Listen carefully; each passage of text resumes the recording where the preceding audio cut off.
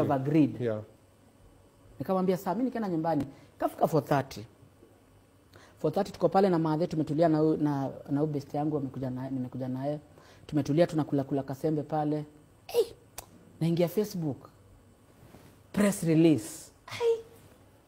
From who? Machakos County. Oh wow. Nikaangalia nikasoma wanasema we don't know Kioko. This guy is not in the CR12. This guy angawota. Wow. Bro hata chakula ikapoteza appetite manze.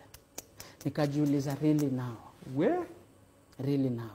So mimi nikatoka home, madhe akaniuliza uko sawa nini? Tukatoka. Nikakaa, nikasema ni vizuri labda hawaja understand stories. Nikaenda nikachukua my sister nikaenda kwake. Akiwa mgonjwa, we gave our story. Because labda governor hajui story. I told her because hawa sewa wanaona labda nataka sijui do nafuata dosio yangu, tebu tupeana hii story.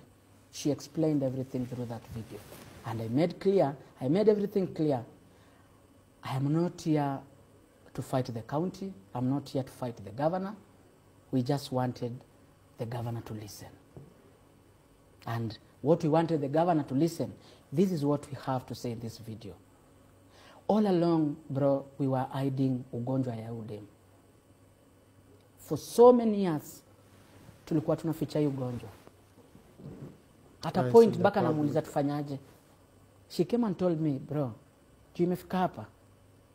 Mimi nasikia vibaya, the fact that wase watajua condition yangu. But, wacha tuiseme. Haina shida. Juu ndio tulikuwa nataka kuambia governor, atusikize.